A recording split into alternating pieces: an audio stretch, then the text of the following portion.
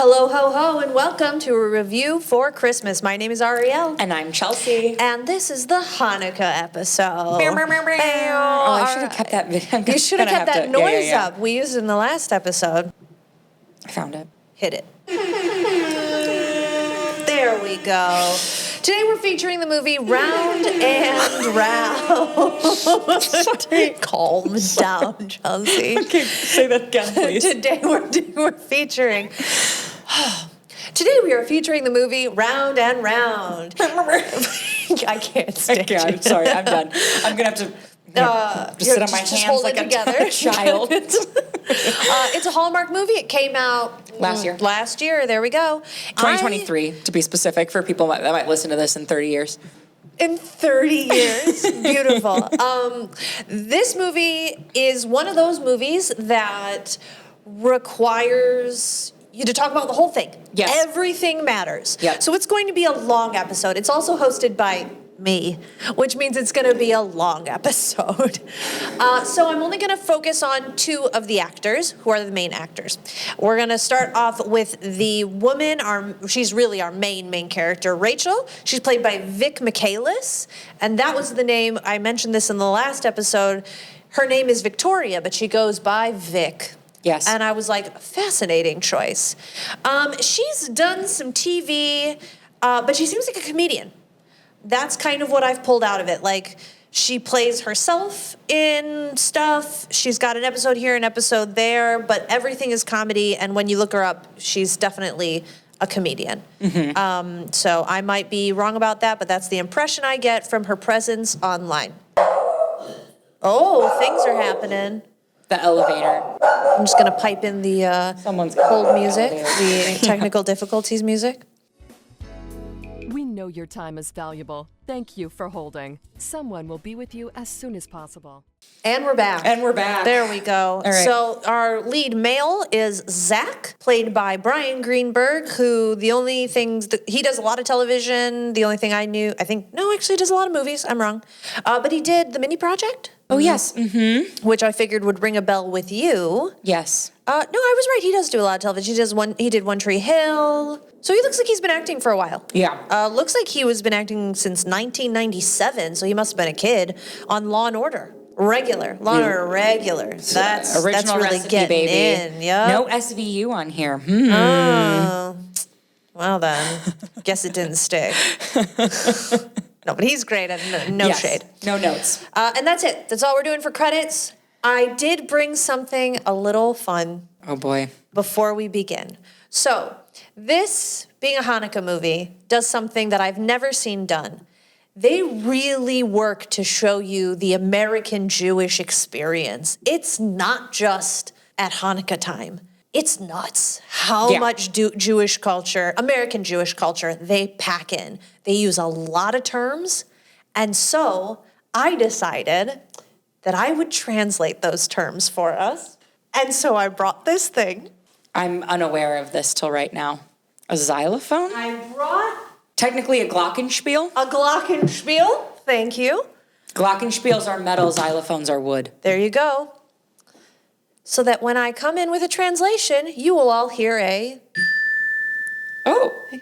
I wanted to make a little ding noise when I was going to translate a word. Okay. And I couldn't find a bell, and Zoe has a glockenspiel. So I was like, amazing. Here we go. All right. Now I'm going to give you an example of how this is going to work. So our movie starts off on the 7th night of Hanukkah. All right. We're at a Jewish singles mixer.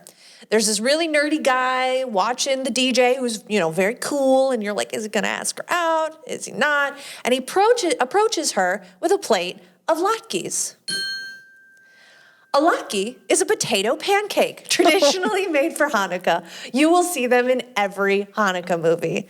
And what's more, when she takes those latkes, she looks at the plate and she says, why no applesauce?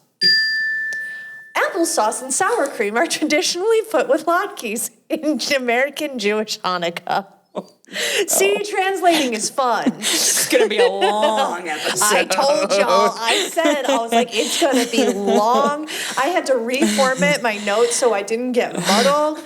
Oh, my goodness. But we're going to have a good time. Yes, we are. I'm going to have a good time. Randy's going to have a good time.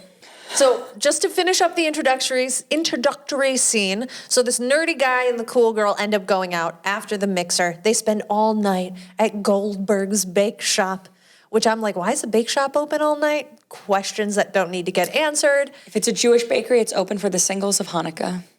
Yep, they're like, seventh night of Hanukkah, we stay open for the singles because it's very important. It's the seventh night of Hanukkah, guys, okay? That's very important. Flash forward 36 years. It's their 36th anniversary, and we meet our narrator, Rachel. Yes. Rachel lives in, as we call it, the biggest and the baddest city, New York. So Rachel lives in New York. She's like a classic main character. She's woken up by a call from her mother, and her mom is like, tonight's the anniversary party for us. It's the 7th night of Hanukkah. It's a big deal. You need to go pick up sufganiyot from the Goldbergs at 2 p.m. There you go. Sufganiyot are jelly donuts. They're kind of like potchkis. Yeah. If you guys know potchkis, it's just a jelly donut, but ding. A potchki is a jelly donut. If you ever want to ding, you let me know. Okay. I've got an array of notes. Oh, an array of dings. I'm trying to figure out which one. I've got C, D, I got them all marked. Which one do I like? We'll find out by the end. I dug the blue. The blue was the first one you did. Oh, and blue is a traditional It is the traditional Hanukkah color. So that's great. That neither of us are wearing. No, I was going to wear blue and I had a wardrobe malfunction, so I stopped. I did also, when she was talking about like going to the bakery to make sure you're getting the donuts on time, it brought me back to how my mom is always like, okay, we've got to make sure we get to North Shore. We need to be able to get in and get challah because we never placed our order for challah, even though everyone else did. So it's like, let's go in and make sure we get it before everyone closes. Or like at Passover, you got to get the kosher for Passover stuff. So I was like, this was written by Jews. We already, we already know, So Rachel heads to Goldberg's bakery, where she's greeted by your classic talkative Jewish old woman who says Chag Sameach, which means happy holidays. Love it. Didn't know that. Yeah, Chag Sameach. That's not a direct translation, but every Jew will know it means happy holidays. Sure. And of course, this Jewish woman gets all up in her business, asking her what she's doing and is her boyfriend there and who's her boy, all this stuff. Craziness to me. Absolutely unnecessary. Speaking of boyfriends, Rachel gets a call from her boyfriend, Adam. Boo. Yeah, we don't like Adam. And I wrote his name in all caps so I would not forget to call him by his name. Good job. I'm turning over a new leaf. I'm proud of you. He's not coming to Hanukkah. No. Because he has a cold and he doesn't want to be a Hanukkah super spreader. After you. He calls her and tells her this. He says he calls it like the commuter's flu or something. He's at the train station. Any normal person would have heard that in the background. And Rachel doesn't call him singing. out. A man is singing literally next to him. And when he says, I don't want to be a super spreader, the man's like, ooh. Which, funny, because we're kind of post-COVID in that regard. That's a good point. Feels maybe we're at a point where we can joke about it in our movies. But when she's like, oh, he's late, he's not here, or whatever to the woman, I don't know why you're even answering her questions. She's like, does he own a watch? He says he's sick and he's for sure lying, is what I wrote. I'm like, we know he's lying, but we don't. Actually, what was interesting is I went, I don't know why he's lying. I don't know why he's in a train station. I don't get it. So it gave me a little mystery. Usually I don't care. I cared for some reason. Well, because we want to know. Yeah. You don't need a reason to care about things. Oh. You just can care about them. Oh. I'm growing up all the time. To finish out this scene, Rachel is upset because, one, it's the last Hanukkah at the house, so it's very meaningful for her. And two, she's kind of a wallflower, and she wants to hide behind him and just eat kugel all night. Kugel is a traditional Jewish noodle casserole. Yeah.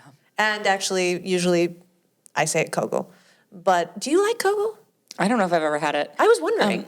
Would you say she's a behind-the-scenes type? Oh, my God.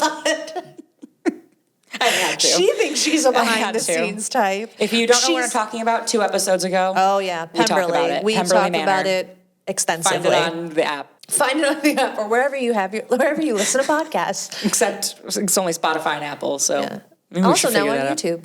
Oh, yes. We're now on YouTube. Sorry about the mic hit.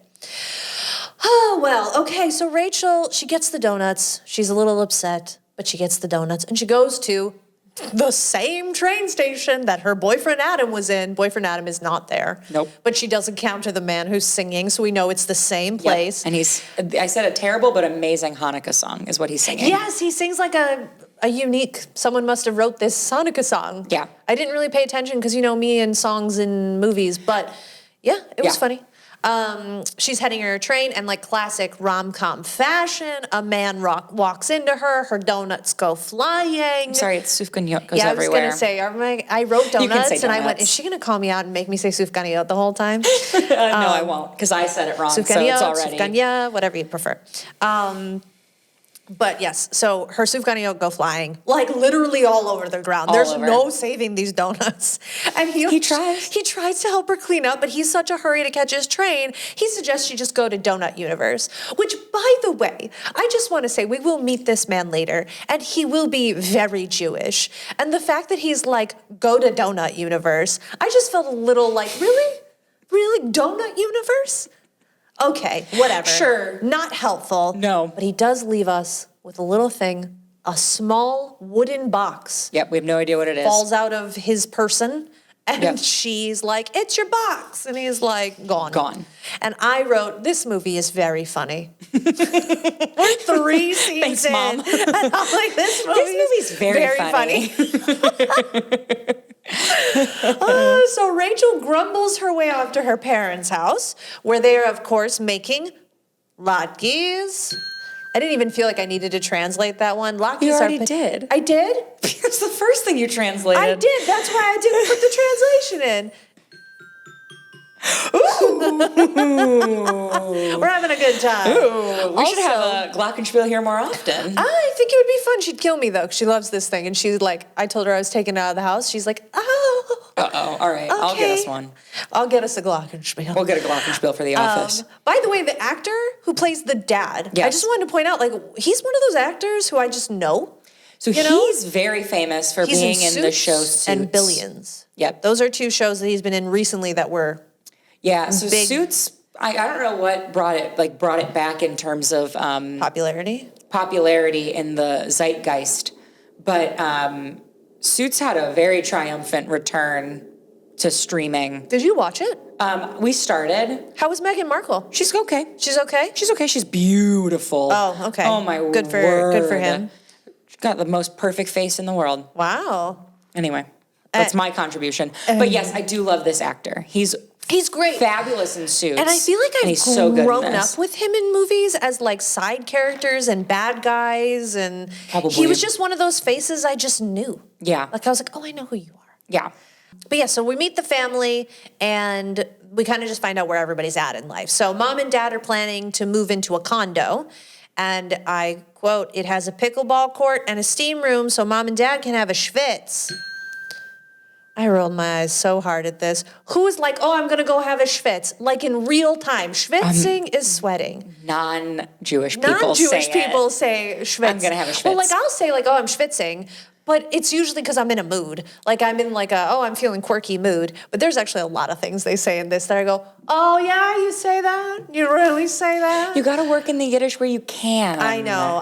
And actually I kind of thought it might have been improv. Because I was like, I could see this being an improv line. I think like a lot of the stuff that dad says at times that they kind of just let him have fun with it. Yeah, that's what it felt like. I agree. We also meet her sister, who I think her name is Shoshana. Shoshana. And we meet Shoshana and her partner Bex and their kid Noah. Yes. These people are not important, but Bex will be in scenes, so keep an ear that Bex is the sister-in-law. 2 important things happen in this scene. Everyone wants to know why there are no donuts and no boyfriend. So everyone's in her business about why her boyfriend isn't there, and she's like, well, he has a cold, sorry. Yeah. I mean, she does tell the truth. What are you laughing about? I just wrote, Rachel's in a tough spot. You're such a good mom. Rachel's struggling. And also, the light in the kitchen is flickering. I want you all to remember the light in the kitchen is flickering. And the dad likes to take it upon himself to try to fix things, so he's like done the electrical. Yes. So that's why everyone's like, oh, don't let dad near it. Not great. The next scene is pretty quick. Rachel goes into her, childhood bedroom, I guess, and her other very pregnant sister is there. Didn't write down her name, just called her pregnant sister. I thought that was Shoshana. Shoshana went up to her room? Shoshana was hiding in her room listening to a podcast. That was the same person? I'm pretty sure. I believe you. Because I think she only has the one sister. That's a good point. I never saw a pregnant sister again. I just noted her in this one scene as pregnant. It's Shoshana. Yes. Well, look at me go. I did not click that I was looking at the same. To call her. Oh, God. Like to call her. Shosh. Thank you. Thanks, man. Okay, let's see. Where am I at? I did not put that. No, thank you. You're welcome. I would have referred to her as a different person entirely. No, Shoshana. Okay. And they talk about how Rachel's mom sent out a dossier on boyfriend Adam. So basically sent an email with everything about Adam. And I would just like to say, Jewish friends and non-Jewish friends, please leave comments if your parents do things like this. Because I guess my mother was not stereotypical enough. But I'm like, are Jewish moms like totally like bonkers? Like she sends out a dossier on the boyfriend? I don't know. I was like, is this a Jewish thing that's real or is this just kind of an overbearing mom joke? Anyway. I truly had no idea. I'm glad that you don't know either. Even begin to tell you. They also talk about how Rachel wishes she was more like her boyfriend, Adam. Like she wants to be captivating. And Shoshana is like, dude, you've always been captivating. You've always been a storyteller. We've always like hung on your stories. And so we kind of established Rachel's a writer, but she's given up on being a writer. Yeah. She's in a bad place. She's an editor, I think, right? Doesn't she? I think now she's an editor. I know that she sleeps with paperwork in bed. I said just an editor. She's just an editor. She's not an artist anymore. Yeah. But you're right. Girl. She's having a rough time. Yeah. She's in a tough place. Yeah. And she didn't have the one person that she thought was going to be able to kind of be her shield in all of this. Like, good point. Especially this family, it seems like it would have been easy to come home with a boyfriend and let them kind of fawn all over him. Yep. And have him do all the hard work while she kind of got to be absent for a minute. Very true. Very, very true. Well, after that quick scene, we have another quick scene where Rachel and the sister-in-law Bex are hanging decorations, and Dad walks in with a box that says Hanukkah. I had to Google what the heck Hanukkah were. So you've got, it's the plural of Hanukkah. What's Hanukkah? There you go. So most American Jews say menorahs. And if you want to pluralize a menorah, you may say menorot. But technically, a menorah is just a candelabra. It's just something that holds candles in a temple or like the shul. It'll have 7 slots, and that's the menorah. But a Hanukkah has 9, and that is specific for Hanukkah. So I learned something. Whoa, me too. I didn't know that. I think it's really funny. I went there trying a little too hard. But hey, it's cute. It's little base. Why 9? Oh, because you have 8 days, and then you have the one in the middle, the shamash. Yep. I figured it out. The shamash is the 9th candle that is just the one that you light the other ones with. And it sits a little bit higher. Not in every menorah. Hanukkah. But most Americans will say menorah. And the dad is like, hey, take all your garbage out from your room. So he's basically telling her, like, get your stuff out. Yeah. Which was hard for her. Yeah. And they also mentioned that next year, Bex and Shoshana will be hosting Hanukkah, and no one told her, which I was like, wow, you made that plan way in advance. My family would be talking about it like 3 weeks before it happened, but that's because we're real secular. But yeah, the picture is forming. She's given up on her dreams. She's not really connected with her family. She's having a rough time. She's really going through it. She's going through it. Oh yeah, there's a scene that's totally not important. I'm skipping it unless you want to talk about it. The mom calls them in. They have a Hanukkah mixtape. They dance. It's very romantic. Yeah, I just wrote Hanukkah mixtape, exclamation point. She feels very lonely. It's just to establish that she's lonely. She wants her boyfriend there, and he's not there. But the beat goes on, and it's time for the party to begin. So the guests arrive. We have one set of irrelevant guests. They don't matter. They're an uncle and a nephew. Great. What's relevant about them is that they got the dossier. So they're like, oh, boyfriend, that's all that matters. Terrible. The very relevant guest that comes up, the first one, is a cousin who recently moved across the pond, aka will be me one day, and has a thick British accent. Says things like, can't wait to have a chin wag. Yeah. Like, Do even the Brits say can't wait to have a chin wag? I've never heard it before. I heard it for the first time last night, and I watch British television consistently for years. Yeah. The first time I heard it, it was in a period drama about World War II. You know what? That sounds about right. That sounds about right. But yeah, so that's her big thing. Note that she's a side character, but she has some importance. The very, very relevant guest, as we have Grandma Rosie. Yes. And Grandma Rosie has brought her painting teacher from the retirement home, the senior citizens home, who has beautiful hands, which I went, hello, that's my mother. My mother would be like, he has beautiful hands, because she says I have beautiful hands. And of course, Rachel is not interested in this She has a boyfriend. She has a boyfriend. They got a dossier. But Grandma is like, this could be your soulmate. And guess who walks in the door? The dude from the train station, Zach. Yes. And is her soulmate. Oh, little cutie. Is it? Is it? And she covertly is like, hey, be more careful. Yeah. And he's like, hey, I busted my tuchus trying to get on that train. Tuchus is butt. Booty. Busted my butt. And I went, did this grown man just say tuchus? Okay. And she gives him his little wooden box back. And it has his D&D dice in it. And I was like, hello, millennial alert. Yep. Carrying around your D&D dice. The box was dice. an heirloom from his grandpa. Yes, we will talk about that. We might not be there yet, sorry. But that's totally fine. It is. It's an heirloom box, and he keeps his D&D dice in it and carries them at all times. Such a nerd. He's such a nerd. He's such a nerd. And I will talk a little bit why I think he has to be a nerd for this movie to work. Oh, 100%. Yeah, he can't.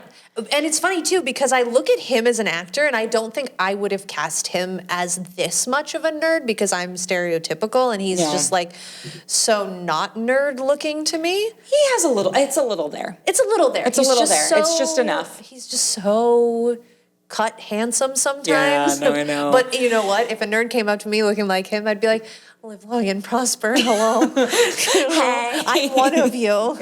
Same. We do get something something vital happens. It's a quick moment.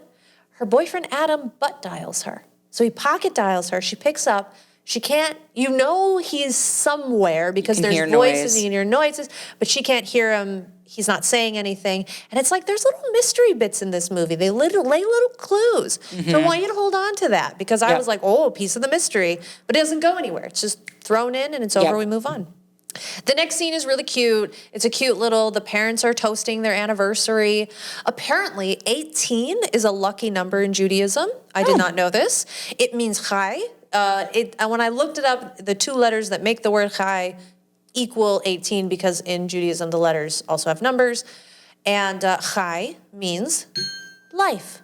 So when you hear l'chaim, you're hearing to life. There we go. If you've ever watched or listened to Fiddler on the Roof, that's the only context I have where anyone would hear l'chaim.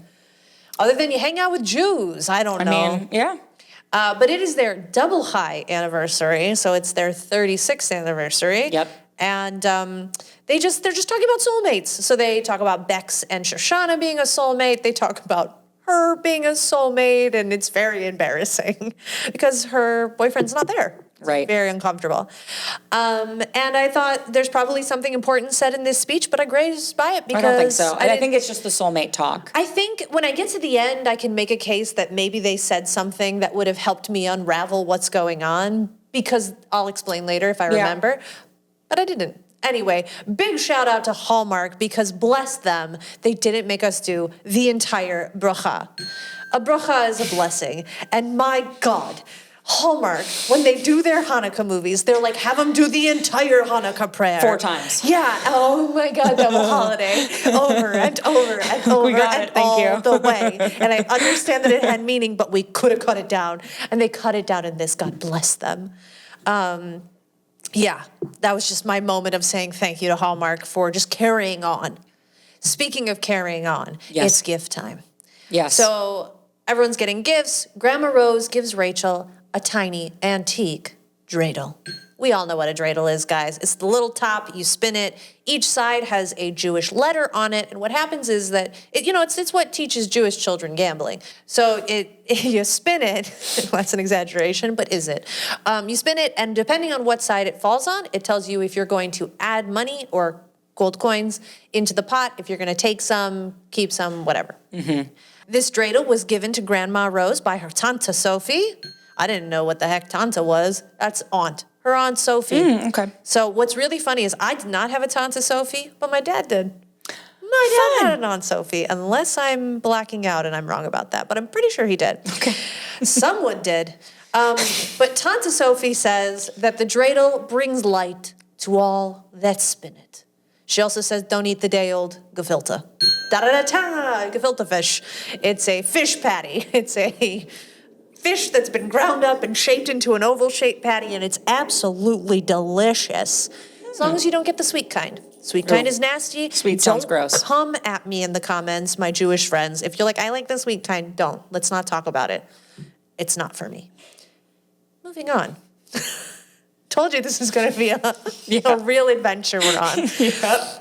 Naturally, if one is gifted an antique dreidel, one should not just put said dreidel away. No, play with it immediately. One should use it like a normal plastic dreidel and spin it on a table. She was told to. Jeez Louise.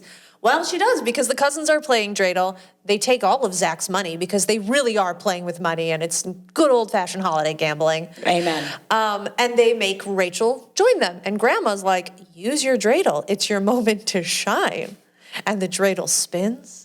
And the curtain sets on fire. Yes. We do get a little bit of magic that happens, though. It does like yes, a, like a little, and we're like, what's going to happen? And then the curtain, I said, house goes up in flames. JK, it was minor. It was major enough that the fire department's there. That's true. And one thing that's nice is that they have to postpone the closing of the house.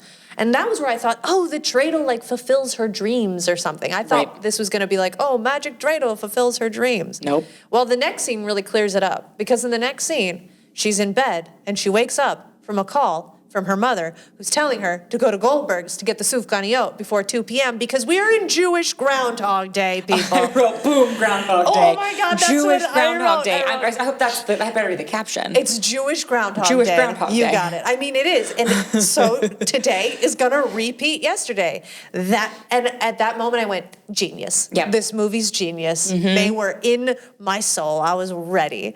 So we repeat things. The old lady at the bakery says, Chag Sameach, gets all up in her business. Boyfriend Adam is a little liar and he cancels. Liar. Zach knocks the donuts out of her She hands. asks for extra tape, and they definitely didn't put tape on those boxes. Really? For sure. But please. She does, I will say, as she's going through it and like freaking out as one would freak out, she's like, is it a dream? Blah, blah, blah. I don't even know how you reconcile this kind of experience. She does I'd stay in bed. try to make, me too. I think I'd go back to sleep. Yeah. I think I'd be like, because I know how to shake myself out of dreams, so I would try that first, and if that didn't work, I'd go back to bed. Yeah. And be like, if I just wake up again. The fact that she does Hanukkah again, crazy. Totally nuts. But she does try to start making things change. Like when she gets into the house, the first thing she does is move the fire extinguisher to the living room. Yeah. Yes. When he bumps into her and walks away, she yells, "You forgot your nerd box." Dude, it's comedy gold. Yeah. But yeah, she's like, hey, just in case. Yeah. And she also tries to explain it to Shoshana, like she's repeating. But naturally, no one takes her seriously, because who would? And we begin a montage of the cycle repeating over and over and over. At the end of the montage, though, we're at the point, because it's showing that like days are going by. Yeah. You know? Mm-hmm. And we're at the point where Zach is now showing up at the party. But this time, she pulls him aside and she's like, you play D&D. And she tells him all this stuff about himself. And she's like, you know things about sci-fi. I'm stuck in Groundhog Day. Help me work through this. Yep. And I was like, this is why he had to be a nerd. Because if he wasn't a nerd, he might not go along with it. Yes. You know, like absolutely. He may not jump on board if he's not a nerd. But any nerd would be like, well, I'm listening. But, I mean, he does joke about it. Because who would not joke about it? He's like, you're a little crazy, okay. And she tries to make sure the living room doesn't set on fire. But the kitchen sets on fire. Remember that the light that wasn't working, the kitchen sets on fire. So I kind of thought to myself that she can change things, but she can't affect the outcome. It's like the outcome at the end of the night's always going to be the same. She can just change how they get there, I guess. Yeah. Yes, my comment tree. So I wrote he believes her when there's the fire, when she says there's going to be a fire. That's when he's like, yes, you're a demon. But I can't remember. She says something and he says, oh, I just really thought you were hitting on me. And she says back, I'm not ever hitting on you. And it cracked me up. It hit. Their banter is so good. It's so good. It's so good. They seem to get along. I don't know, maybe they worked together before, but like they seem to get along. I wrote a note that said Max is my favorite. There's not a single character named Max. So I'm wondering if I meant Bex. Oh, you might have met Bex. Bex had some fun little quips. So stupid. I can see it also being Zach. It says family house. Max is my favorite. Probably Bex. Or Stan. That's the dad. Maybe I thought his name was Max. His name is Stan. You know, it's great. You don't even know who you're talking about. You can't even identify who the character who is your favorite. No. Okay. Anyway, we're past Max the montage. a dog? Is there a dog? No. Okay. No. I'm not ever hitting on you. But yes, when the fire happens, he's like, oh, pause. My notes are out of order? Uh-oh. I did. I must have skipped a page of notes. That's fine. I can remember what happens.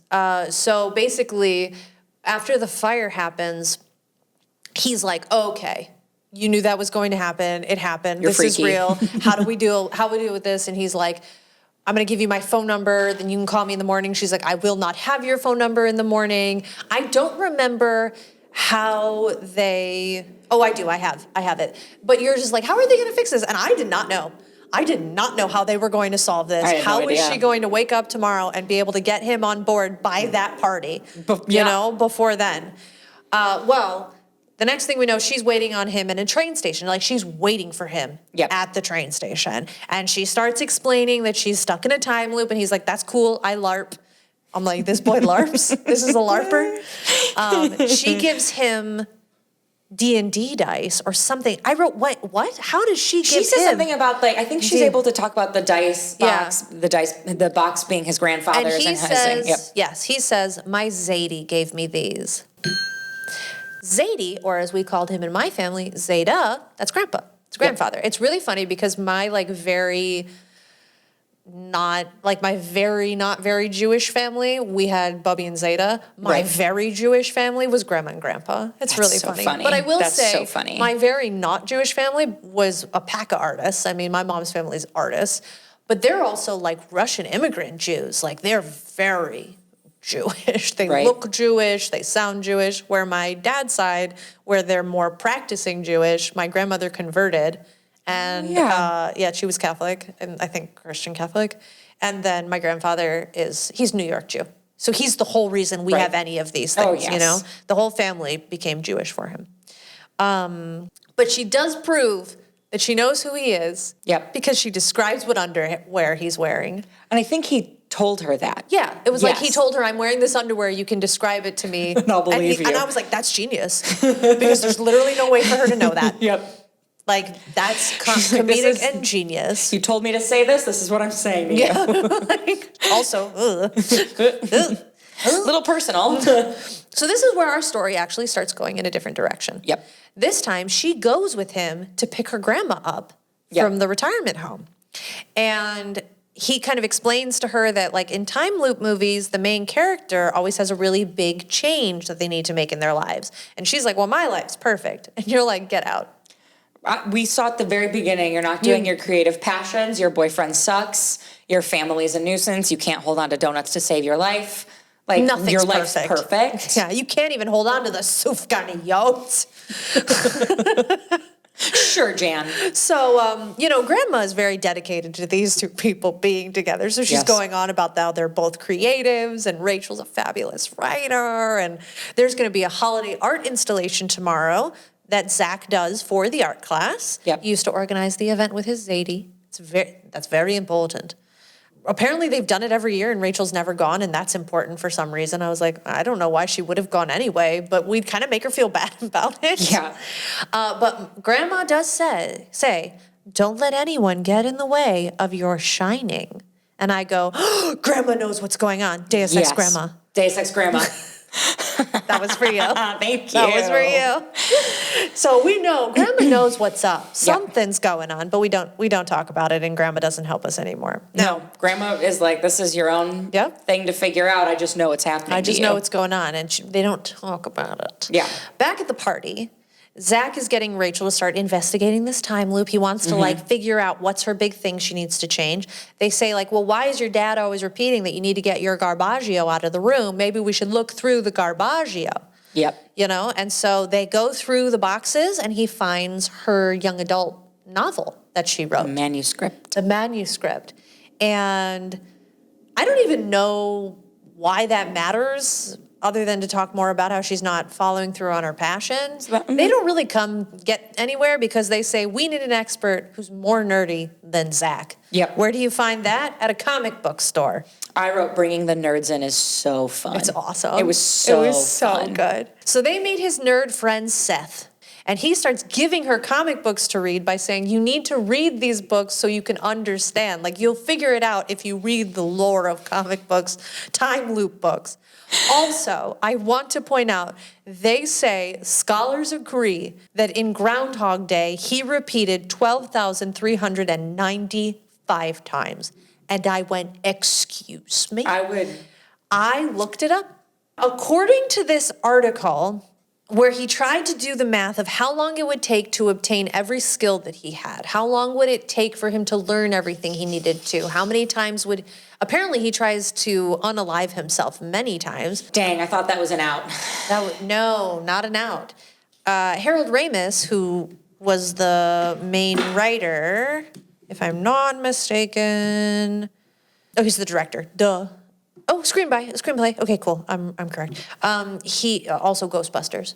Yes. Yep. He was saying that he was like, this has to happen over years. And so it's 34 years that he does this. And that's you know longer than I've been alive. That's exactly how long I've been alive. And you know what I thought to myself? I'm like, you can't rejoin society. I'm like, you can't go back to normal life. You can't go back to how you were. Like, there's this episode of Star Trek where Picard ends up getting like into this. He wakes up and he's in another life. He's a whole different person. We've talked about this. People call him by a different name. He's completely different. He lives an entire life, and then he goes back to the starship. I don't know what I would do. And I went, I don't think I could do it. No. I don't know. I don't know what I would do. I would become a monk. But so anyway, Nerd Seth tells her she needs to trust the process. She needs to study this comic books. The first step that they have to figure out is what the inciting incident is. And they figured out that the inciting incident was the dreidel. Yes. They do bat around if it has something to do with Hanukkah, and they finally bring up gelt. Gelt is what we use when we're not using money to gamble in dreidel. The chocolate coins. They're chocolate coins, and they're wrapped in gold foil. And I remember they're using money. I'm like, where's the gelt? What's going on? So I was glad they brought up gelt. It was very important to me. They also bring up that it's really hard to unwrap gelt. Like really, really freaking hard. I never struggled. Well, you haven't been a Jew very long, have you? Because I've had it my whole life, and you have to sit there and like, and they even say it, they're like, it's really hard. And I was like, dear God, they're correct. They know what they're talking about. Nothing will keep me from chocolate. Well, it's not like it stops you, but the amount of like, you just have to pull it and tear it and you shred it and you're using your teeth and it's mangled to try to get this chocolate. But yes, no, they're like, it's the antique dreidel. So they actually go back to the house. They got to get their hands on this dreidel, and they bring Seth along. Seth is now in the process. Yes. And my note is that I'm getting very worked up. Like, I was adrenalized during this movie. Like, I was with them. So they go back to the house. They're going through the normal events. Grandma gives her the dreidel, and she does try to get a little bit more info of why the dreidel brings light. But Grandma totally dodges and is just like, well, Hanukkah is the festival of lights. And I'm sorry, guys, I'm not going to ding the festival of lights. Yeah. I'm not going to explain Hanukkah to you. No. Just Google it. Pause. Google it. So Thank you for your attention. Yeah. Welcome back. Welcome back. So our trio is like, okay, it's about the dreidel. They take the dreidel outside, and they're like, we've got to like spin the dreidel. And they hypothesize that this has like something that happens in Superman, where Superman turns back time. Now I know that he like does this like spin thing, but I don't know. Superman spins around the world so fast, he reverses time. There we go. Yes. He flies around the world yes. over and over so fast that he's able to reverse the flow of time. So that's what they think is going on. But so she spins the dreidel and literally nothing happens. The anticipation of that, though, was I was like, what's going to happen when the dreidel... Nothing. But everything goes along fine. And Nerd Seth and our British cousin are in it. They're into each other. Go ahead. At one point, Zach says, I think we're annoyed by her, right? Get on board to Seth. Like, the fact that he gets so drawn into her life lore along with this and, like, her family drama and, like, her ish is so funny. Yeah. It's so good. Adam pocket dials her. Again. Remember, he does this every night, and she's just been sending him to voicemail because it doesn't seem important. And the nerds are like, yo, listen to the voicemail. Yeah. And then they have super hearing, apparently, because they can hear. He's at a bar that has an 80s cover band, and it's got to be the Rad Reagans who are playing in Tribeca. I was like, okay, a little much, you guys. I know that band. It's the Rad Reagans. You know that 80s cover band? Okay, great. So naturally, when you identify where your lying boyfriend is, you've got to go confront him. Absolutely. So they go to the bar, and it's only Zach and Rachel. I don't think Seth comes with, or if he does, maybe they bring the cousin or something. I don't know. It's just the two of them. Because it's so cute. Yeah. And basically she's like, it's time to break up with him, you know? Yeah. So she confronts him, and he breaks up with her. He is like, oh, okay. The dialogue was so good, and like everything Zach said was so good. But so he's like, oh, they're like going to the bar, and he's like, well, maybe this will be fun or something. He says something about it being fun, and she's like, we aren't here to have fun. We're here on a mission. He goes, got it, mission, no fun. And he's just like, he's so in with her when he's in with her. Yes. Once she gets him, whenever she hooks him at that very start of like reliving. Once he believes what's going on, he's like, I fully believe you. Yep. It's the same way that once Avery in the last episode believed that he was Santa. She was in it. She was in it. Like once you're in it, the dream. Oh, it's that they'll so just good. be in it. And I wrote, imagine hugging the guy who lied to you. Like he breaks up with her and she hugs him. That's her. She's a pushover. She's not, but she is. But she's not, but she is. She's horrible. Anyway, Zach and Rachel have a heart-to-heart over Roy Rogers. That's my kind of man. And she talks about how she feels like she holds up the entire relationship. With she's the one maintaining the relationship. She's doing everything for him, blah, blah, blah. And he gives her some friendly feedback that she's avoiding life by helping others. Mm-hmm. And he also admits that all he ever wanted in life was to be an illustrator for comic books. Precious. But instead he decided to be a art teacher at a senior center? He must do something else. He must have a real job. I know, I'm an artist. I'm an artist trying to make money being an artist, and I'm being like that. It's bad, it's programming. We're all the artists, you know. If you're an artist, you say real job. Yeah. We all have to change. Yep. Anyway, I do have a ding. But they said something that I literally have never heard in my whole life, and I double took. I was like, what on earth came out of her mouth? She says that they're a pair of altercockers. And I went, excuse me? Excuse me? What do I have to bleep that? Earth? Exactly. I was like, what did you just say? Apparently it's Yiddish for old people. But I went, this woman doesn't say this. Does she really say this? Who says this? I don't think so. Where did this come from? Good gracious. Yeah, that was they were just like, let's work in a real obscure one. I think she was like, I know this word, I'm going to throw it in. I'm like, you guys are a little intolerable. Like, you're that Jewish where I'm almost taking a step back. Like, I don't know if we'd be friends. I actually don't know if I'd be friends with Rachel. I'd probably be friends with Zach. I don't know I think you would be friends with Rachel. I'd probably be friends with Rachel. She's very awkward and I love her for it. I think I'd be friends with Seth. Absolutely. You would be great friends with Seth. So, the ex-boyfriend Adam is leaving the bar, and Zach's like, you need to give him a piece of your mind. You're a writer. Yeah. You can say something. You're not saying enough. And she gives him the goofiest speech I've ever heard about how she's a catch.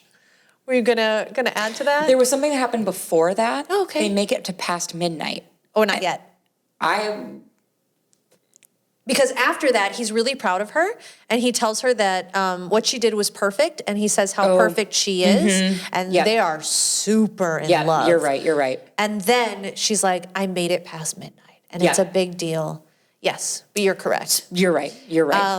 And they, oh my God, and they're like, because they're so in love. Like, I don't know if I've seen a couple that I was like, you guys are both so mutually selling this for me. Yeah.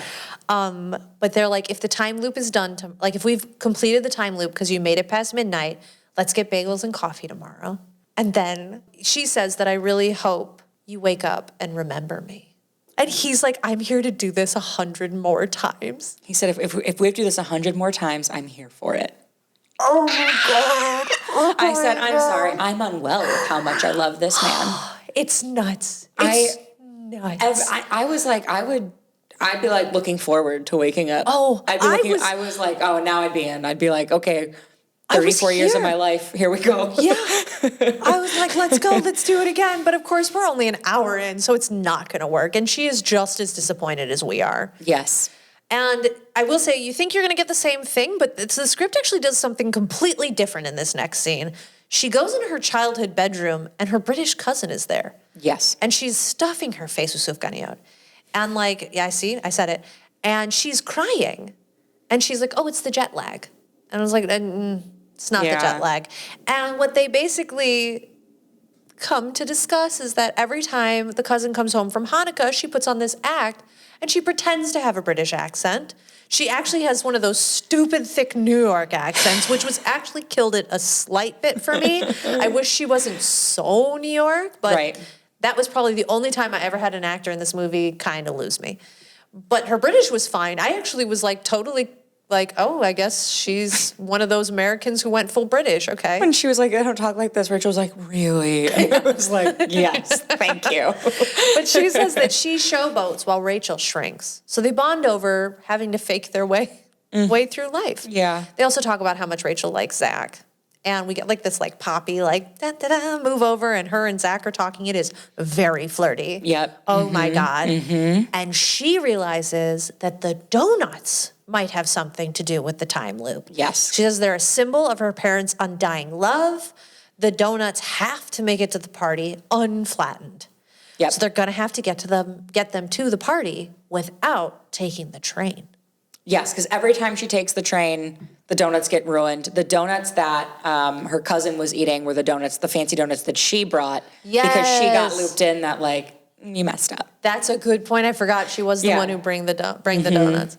So I'm like, how are they going to do that? Like, I do not know. The answer is that she's going to kidnap nerd Seth and pick Zach up in the van. Yes. Like, she is just going to skip the whole beginning process, and at one point, they're driving the van, and Zach's like, you believe this to Seth? And he's like, yeah, she's a time traveler. Like, he just believed like, yeah, dude. No problem. And, of course, Zach is not on board at first. He's like, I'm worried about you. Like, he's like, you're crazy. I don't know who you are. Yeah, go ahead. I was stressing at this point because normally he's in by now. Yes. And I was very scared. Me too. I was very, very, very, very scared. I was very worried. And and then I thought to myself, would I believe this? I'm like, I'm a pretty big nerd. Would I be convinced?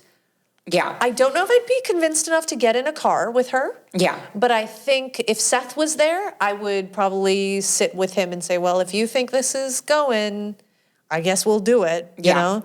So they go together to get the donut. She does something, says something that gets him, and she's like, they both go together to get the donuts. And I'm starting to think to myself, how is this going to work long term? Like, this is really funny, but like, how are they going to make this movie end when she's having experiences that he's not having? I'm like, that's so weird. Mm-hmm. I'm starting to wonder, like, how are they going to wrap this up? Right. Well, I'm not going to tell you till they get there. Anyway, the nosy ladies in line, they're at Goldberg's, they're getting the donuts together. He like jokes that Rachel's Bubby set them up. By the way, I said Bubby, but Bubby is grandma. There you go. Ding, ding. I have one of those. Oh, and at Goldberg's, Adam calls to say, I'm not coming, and she breaks up with him. Yes. And he is upset. Yep. He does a 180. He's very upset. Yeah. My notes are in a totally different order than yours, and I'm trying to figure out what's going on there. I don't know. Do you want to input something? No. Okay. It's about her manuscript. Are you there yet? No. Are you gonna get there? I don't think so. Oh. Is it important? I thought it was extremely important. What is it? That they think it's because she's like not following her dreams of being a writer, and so they all like give her feedback. They read her entire book. They rewrite it. I will come at a little bit, but I didn't realize that was like a huge thing I needed to talk about. I mean, like he draws her, and she's like, "Is this how you see me?" Oh, he does? Yeah. I didn't write that down at all. Oh man. Okay. Is it really romantic? And also, she talks with her dad before she talks with her cousin. Yeah, no, I didn't care about the manuscript at all. Well, what about the conversation with her dad? What happens in that? Where he tells, later? That happens before the cousin dropping the accent. I'm pretty sure. What does he tell her? About how he's... We know your time is valuable. Thank you for holding. Someone will be with you as soon as possible. Well, guys, we just had a deep conversation that I cut out. I have literally no idea where I was at. I know that Adam's upset. You were... At the breakup. Yes. Yeah, she broke up with Adam. Yeah, okay. So Adam's upset about the breakup. Cool, you know that's going to be a problem. And they decide that they're going to bring the old lady from the bakery with them. Her name's Mildred. Yes. And Mildred's going to be spending Hanukkah by herself. And so they say, we're going to bring Mildred to the Hanukkah party. And Mildred says it's a mitzvah. A mitzvah's a good deed. So they pick up Bubby from the senior center. She knows Mildred because all old Jewish ladies know each other, Naturally, apparently. of course. I love this van. If I had a van, I'd want it to look like this van. Yeah. It's ridiculous, but it's so good. And there's really good romance between them, like super good romance. So good. And they kiss They in do the van. kiss. And Mildred's like, can you save it for a bigger van? And I'm like, I am Mildred. That's the reaction I'd be It's having. like, Mildred, you don't have to sit that close to them. They were maybe she did. Maybe she did have to sit that close to them. You're right. I was also like, yo, lip smacking this early? Like, I know, I couldn't believe it. He didn't even know her this time around, and he was in, and oh my God. But she was like, I think she kind of was, I mean, if you were a dude and the girl was doing that, I'd go for it. I also think, like, if we go back to night one, when they meet before everything starts repeating, he wanted her a little bit. Good point. You know what I mean? So I think she's like, beautiful and funny. He's like, she's kind of crazy, but like, all right, she's cute. Yeah. I think like whatever initial spark he had night one is still here. And maybe it shows that their natural chemistry, they were really meant to be together because they hit it off so quickly. Every time. In every scenario, they always hit it off. Well, if you haven't noticed yet, there hasn't really been a conflict. So we need a conflict. And that conflict... Minus reliving the same day over and over again. that's moving us forward. But there's no real tension. Like, you're enjoying yourself the entire time. But, like, the tension is, like, is she ever going to be free of this spell? Does she get to be with the man? Yeah, but it's not uncomfortable. Yeah. Our conflict is that our couple's really in love. And guess who shows up? Ex-boyfriend Adam. And I knew he was going to do that. And I was like, of course you were going to do that. And he's like, I lost my perspective and I took you for granted. And she's a pushover, so she lets him stay for candle lighting, which I would have let him stay too, probably. Yeah. I don't think I would have kicked him out. But Zach's pissed. Yeah. Zach leaves. He's mad. Yes. And but Grandma and Seth are like, we can try to fix this. Seth takes Mildred for some Manischewitz. Manischewitz is a very Jewish company that makes things like matzah and wine, and you know, you have that good white grape juice that Manischewitz makes. Oh my God, they make these chocolate-covered macaroons for, I assume, Passover. Delicious. I haven't had them in years. They might not be great anymore, but... She stuck to me. Oh. Yeah. She was like, I want Manischewitz. It's a commercial. But while Seth takes Mildred away, Rachel goes out to like explain to Zach that, hey, we've broken up. And Zach's like, I feel really used. Like, and she's like, but I feel like all this looping, we keep doing it together. It's a sign that we're supposed to be together. And he points out that this is his day one. I'm on day one here. Yeah, he's like, I'm not on this journey with you. Oh my God. I was like, exactly the problem. I was wondering how we were going to solve. My heart is breaking for these two. And it's like, wow, she's going to have to solve this one alone. Yeah. And I think it's like she does have to solve it by herself. But my romantic heart was like, no. He broke my heart when he was like, I'm on day one here. I was this is my day one. So, of course, Rachel and I are very upset, and we don't know how to proceed. But I feel like fate kind of moves the movie forward for us. So this is where I wrote down the British cousin is reading the first 20 pages of Rachel's novel. She loves it and says she's going to help her publish it. Yep. And Rachel gets up the guts to tell Adam to leave. Yeah. Because, I mean, it's Zach or Adam, and who you're going to freaking pick? I'm picking Zach every time. Every time. And Grandma is like, yo, go after Rachel. You need to start living your life. You're not living your life. But, yeah. Oh, yeah. Next up, Rachel's going to spin the dreidel. And what happened? We still didn't talk about the dad. Yeah, what's this conversation with the dad? I don't know. No, that's not it. Yes, it's not happening It's definitely way sooner than this. No, because it happens at the end of the movie. This is on... We literally have to find out, because if we don't, we're throwing off our entire chemistry. We know your time is valuable. Thank you for holding. Someone will be with you as soon as possible. All right, guys, we cleared it up. Okay. Where am I in my notes? Rachel and I are upset. Rachel and you are upset. Rachel are very upset.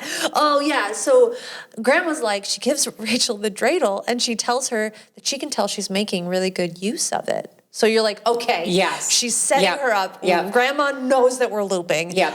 And it's like, okay, it's time to spin the dreidel. And she spins it, and some like magic music plays, but nothing sets on fire. Mm-hmm. Something has changed. Something is different.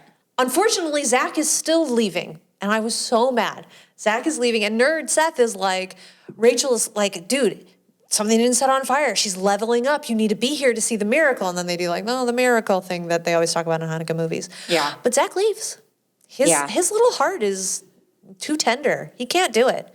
And he leaves. And the next day, Rachel wakes up, except this time she's in her childhood bedroom. Yep. And she's holding a fire extinguisher. Yep. And we're like, she did it. She's free. She broke She's the free. loop. And I wrote, she's precious as heck. I don't know why, but I love it. And the dad comes in, and he's like, get dressed so I can take you to this art fair thing. And he reaches for the dreidel on the table, and she's like, no, do not spin the dreidel. And he very casually says, well, it only trips the time loop if you spin it on the 7th night in the presence of soulmates. It's so specific. It just makes me laugh. Yeah, go ahead. I figured it out. They have a separate conversation where he's like, oh, yeah, your mom did not like me immediately, but he doesn't tell her anything else. Oh, there we go. That's why I'm like, well, I have a note. Every time we've taken a pause, guys, it's because Chelsea has told me that the conversation I'm describing to you now is happening mid-movie. I figured it out. It's like, a separate conversation about the same kind of thing, though. He just doesn't tell her that he knows. In my brain, I was like, oh, it's the same. I feel better now. Good. I feel like I've been freed from my time loop. I hate when we have tension. The tension was just me being like, fine. What is wrong with me? Well, and like, I was like, I was like, she wouldn't skip this. I know, like, I'd love to agree with you, but I have the notes. I don't know. It's in front of me. You guys missed. I went on to the movie. We watched the movie together. We watched the entire movie. Could you imagine if we paused it to watch it from start to finish? Because we weren't going to skip. And so we just watched the whole... That would happen in like an episode of a TV show. Oh, dear. A cartoon specifically. But yeah, so this is like a familial rite of passage. Mm-hmm. And he says, this is one thing. Okay.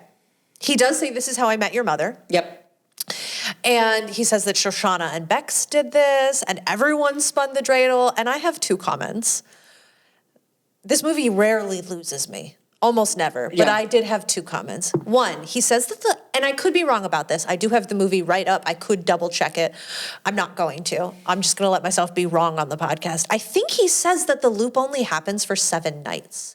And like, this is that was like the 8th night or the 7th night or something. And I went, how? I feel like she looped a lot. So I thought the same thing. Okay. Actually, I remember thinking like, This was only 7 nights. I felt like that montage looped her a ton. Yeah. So did I. And I don't know if they were just like trying to show us the gravity of the situation, but like, I feel like of the days we lived, we only lived about 3. Yeah, exactly. If I had to guess. So maybe our montage was just the first 4 days. I don't know. It felt like she was. It felt like she was going to do 34 years. Yeah, exactly. Yeah, I definitely that was like, a little off for me. Yeah, and I understand why they did it because of like the 7, 8 night. You know, like they're trying to do the whole Nights of Hanukkah thing. But I definitely was like, feels like she did way more than 7. Yeah, thank you. Good, because I'm going to bring up that point a little bit later. Also, I just thought like this is a little weird. This whole family is dealing with time travel and acting like normal humans, and everyone's doing it. And then I thought to myself, does Bex know? Did Shoshana tell Bex?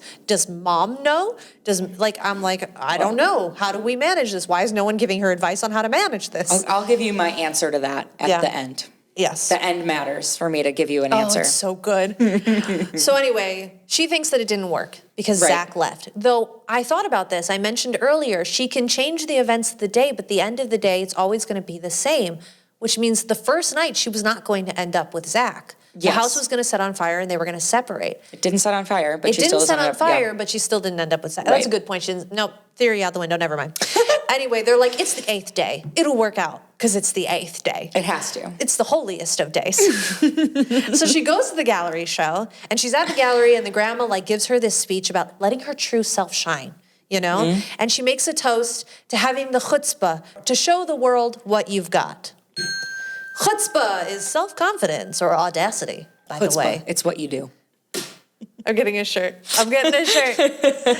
But she does try to give the dreidel back. And Grandma says, hold on to it, protect it. Hold on to that, people. So the movie's almost over. We need to solve this romance. I don't know how. Because Zach is actually really kind of back. He's on day 2. He's on day 2, and he's out. I had no idea, no idea how they were going to do this. I was pressed. Yeah. I was pressed. I was stressed. I was in my seat. A lot of times you get stressed, and I'm not. No, I'm stressed. I was unwell for an entirely different reason. Not because the man was hot and I wanted to be with him, but because I was like, they're not going to be together. They're not going to be together. That makes no sense. So the first step that she takes to try to handle this is she finds Zach. She apologizes. She made him a mixtape of 80s power ballads. He's not happy. You know, he really likes her, but she has too much going on. He needs to protect himself. By the way, I'm crying at this point. I was in tears. I am crying. Absolutely in tears. And something clicks for Rachel. She takes the box that holds his D&D dice, the one that his Zadie gave him, and she takes the dice out and she puts the dreidel in. And she says that the box was here to protect the dreidel. And he puts his hand on top of her hand, and then we go through a series of flashbacks through the whole movie, and he remembers everything. He gets to see all 7 days that he lived with her. And I'm crying my eyes out. Like, I was sobbing. I get emotional anytime I think about it. And then he says one of the best lines. He says, "This is one heck of an origin story." And I'm on the ground. I'm just like, what is this movie? Oh my God. Go ahead. So my comment flag is there must be some sort of parallel in all of their stories. They each get at some point the mom must have had something for the dreidel to go into. Bex must have had something for the dreidel to go, that, and then they all got their memories. Thank you. But instead of sharing it, they keep it close to the chest. Yeah, because they're like, spooky secret. Yeah, and like everyone's going to go through it. Yeah, I feel like that, if they don't, that's so weird that he gets them and no one else does. Yeah. It's unfair, quite frankly. I was like, it's really weird. How are they going to go through life like this? The flash of everything. When they do that flash going through, sobbing. It looked so fun. Full sobbing. They looked so in love. Oh my God. And you're just experiencing it all over again. And I just don't get emotional at these points. I am curled up emotional. By myself, just like, oh my God. Okay. And that's the movie. Yes, what you got? Normal people would have a heart attack and die with that much flooding in. It's what I wrote. I would kill a normal person. But nerds can withstand it. Not that nerd. Nerds might be the ones who can handle it. I also want a prequel of all the family stories. Hilarious. Oh, God, I hope they don't do that. I want Bex and Shoshana at least. They might do it. And I want the parents. The parents I feel like I kind of got. Yeah, a little bit. So I want Bex and Shoshana, though. Hilarious. You're amazing. Give me the lesbian Hanukkah movie. What's their origin story? Except you know what happens, and half of the movie is great because you don't know how this is going to resolve itself. That's a really good point. It's a really good point. Anyway, that could be a fun little, you guys could do it as a YouTube series.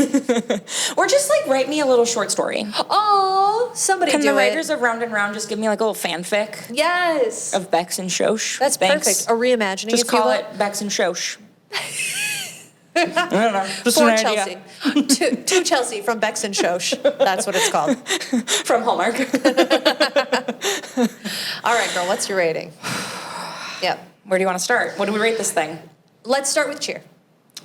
I gave Cheer a 10. I gave Cheer a 10.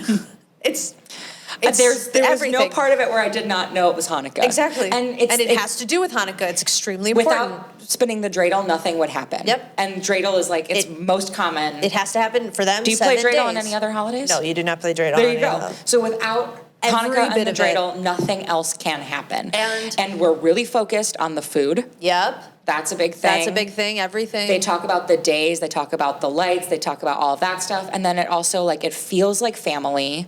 Especially, it has that feeling. And even, like, the kind of crazier parts of your family, too. Like, the parts that make you want to blow your own head off, brains out. I don't know what I'm saying. But, like, the dossier, for example, of her boyfriend. Oh, yes. That felt so real. Yep. Not that most people's parents do that, but that her parents would. Oh, yeah. Like, it felt like something her mom would do to torture her. I was like, as an American Jew, I'm like, all of this was like, yep, I know that moment. I know when that happens. I've been in that position. I have that family member. Yeah. Like, the dad was giving his speech. I was like, that's my grandpa. Like, yes. You know, it was so the culture. And they respected it so well. And it didn't feel like it was another one of Hallmark putting it on like, look at Christians doing Hanukkah. You know? I was like, this was written by Jews. These actors are Jews, you know. By Jews for the Jews. You know, so. I gave it a 10. Acting. I gave acting a 9.5. Nice. I had to do that with another thing. Who was your 0.5? Sorry, Zach. The moment he says you the first time they see each other was it was weak. It felt. I believe you. Really I know what you're talking about. Compared to all their other dialogue, the way he said it didn't feel like he was. It was like he was trying to be surprised, but like I can only imagine how hard it is to deliver that. You know what I mean? Yes. No, and it's such a classic line that always happens. It's the first time they see each other after the train station. He goes, "You," but it didn't connect. It didn't hit. And so I was like, 0.5, my guy. You know what? I'm doing acting 9.5 as well. Okay. And my 9.5 is because the cousin, when she did her New York accent. That's a good point. I'm going to add that to my 0.5 too. I'm not changing mine, but it's going into my 9.5. All right. Plot. I gave it a 9. I gave it an 8. Ooh. Yes. Okay. My 8 is based on. Wow. I really put that down. That Ariel doesn't like Jewish movies. I'm kidding. What just happened? What did that muttering just come up with? The thing with the plot is, 1, it's technically been done before. Correct. It's Groundhog Day. Yes. 2, it's Palm Springs. I took up Palm Springs? The movie that You Look Like That Girl from with Andy Samberg. They relive the same day over and over again, too. So reliving is not a crazy, new concept. They did it really well, but it's not new. 2, the 7-day problem. When they were like, it's 7 days, and I went, that doesn't make sense. Sure. I was like, also, guys, with my emotional state, the movie was going to get full 10s. Sure. I had to be critical. I was telling her, the last 2, this one and the one before, I gave full 10s down the board and went, you need to be objective here. Yeah, exactly. Like, you actually need to take a step back and rewatch and like... Yeah, I was so adrenalized from this movie. My heart was just like in all the places. Good places, but So, yes, 8 for plot. So I went 9. Yeah, tell me. Because, correct, we've seen the plot before. Granted, Groundhog Day and Palm Springs aren't Christmas movies. I know there is a Christmas movie. A time loop? Where the woman time loops. Okay. I don't know what it is. I I think I saw an advertisement for a time loop Christmas movie. There's 12 dates of Christmas. There's Christmas again.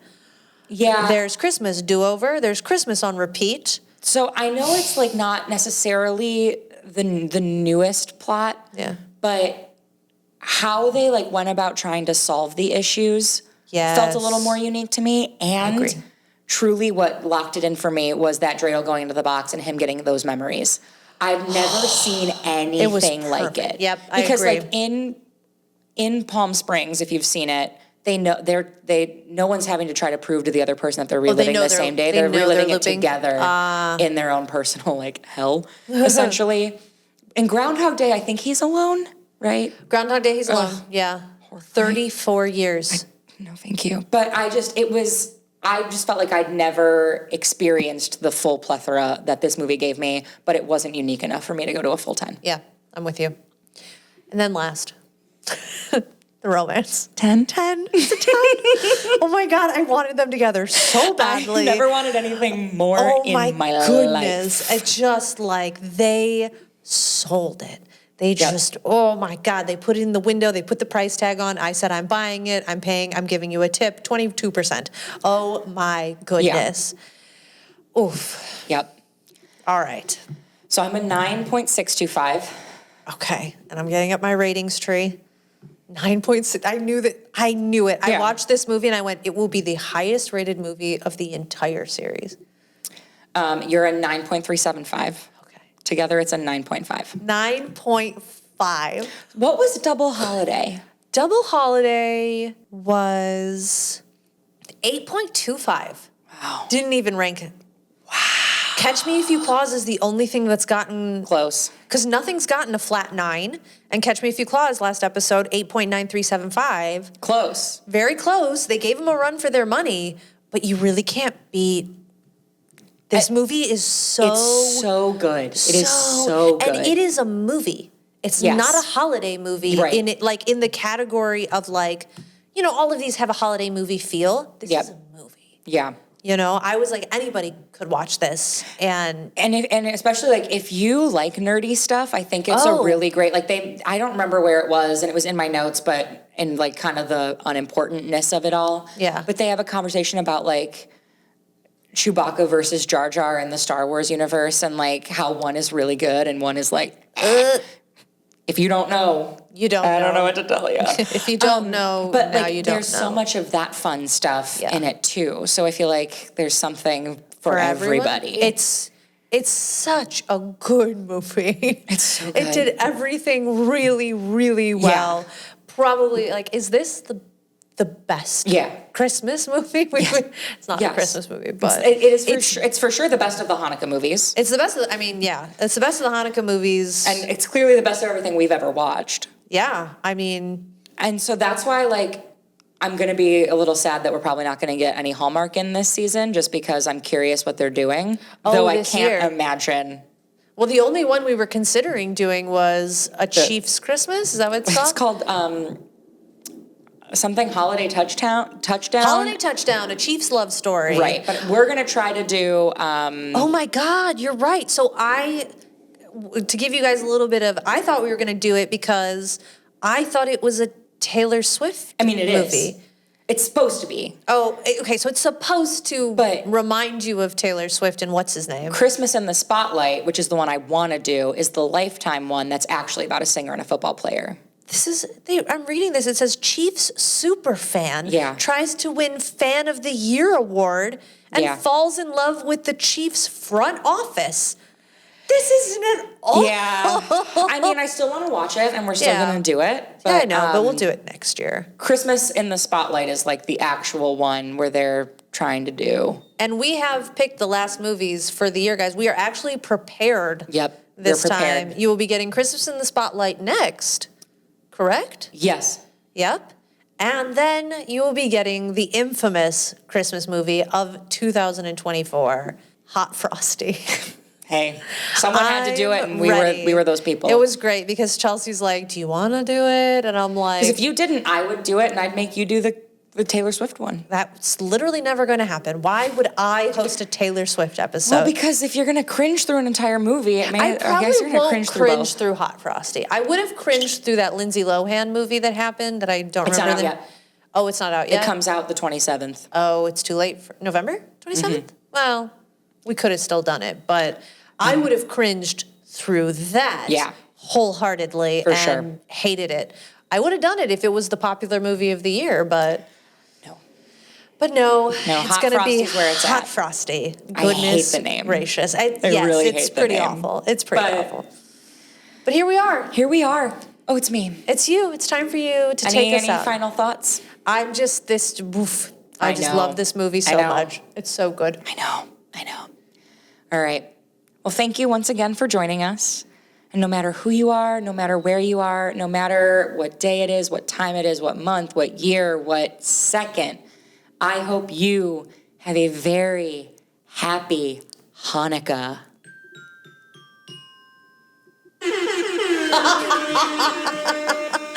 Send us home. Send us home now. Put a fork in me, I'm done.